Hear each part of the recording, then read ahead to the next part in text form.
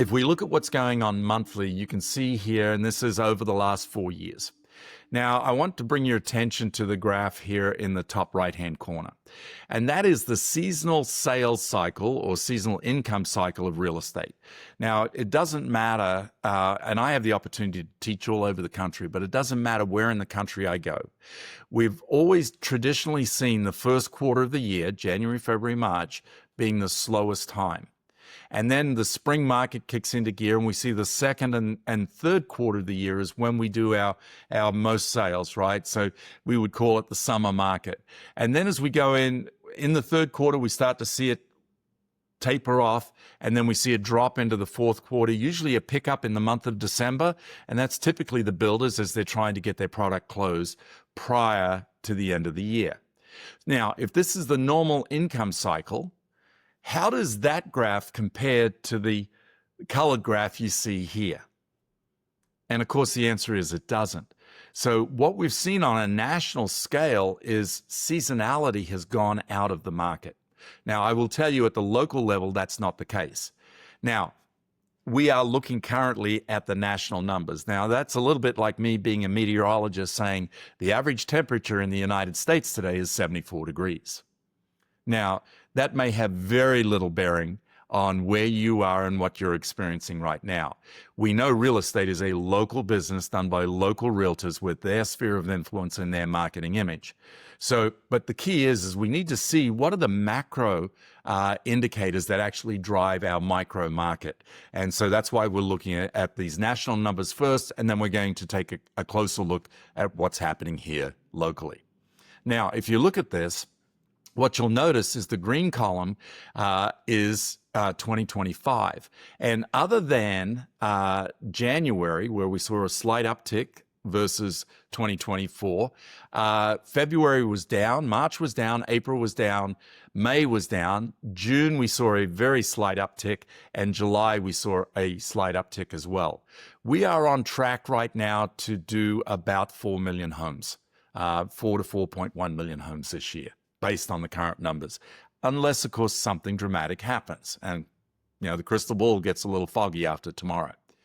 Now, if we look at this, and this graph to me is so powerful because what this graph says to me is it's always a great time to buy the right real estate.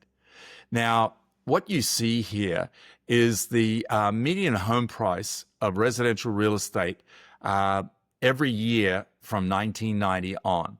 Now, the light blue line that you see there is what we call the trend line. Now, historically, residential real estate in the United States has appreciated by 4% per year.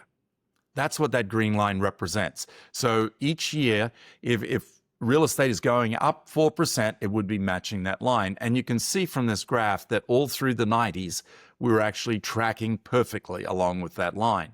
And then in 2001, we bumped above it. And by the way, by 2006, we were actually, house prices were 21% above where they should be. Now, did it feel like they were overpriced in 2006? Well, certainly at the time it did. Now, you say, well, why were they so much higher? Well, for those of you who are old enough to remember, it was during the financial crisis where we were giving away money like there was no tomorrow. In fact, if you could fog a mirror, you could get a loan. And it was the subprime lending which actually drove it. Everybody said they were a real estate investor, when in actuality, most of them were actually speculators. Now, what happened was the wheels fell off the bus and we saw things crash, right? And it tumbled dramatically from 2006 through 2008. And actually, it hit the bottom in 2011. Now, again, for those who were in the business back in those days, 2008 onwards, what we saw was a proliferation of REO properties and of short sales.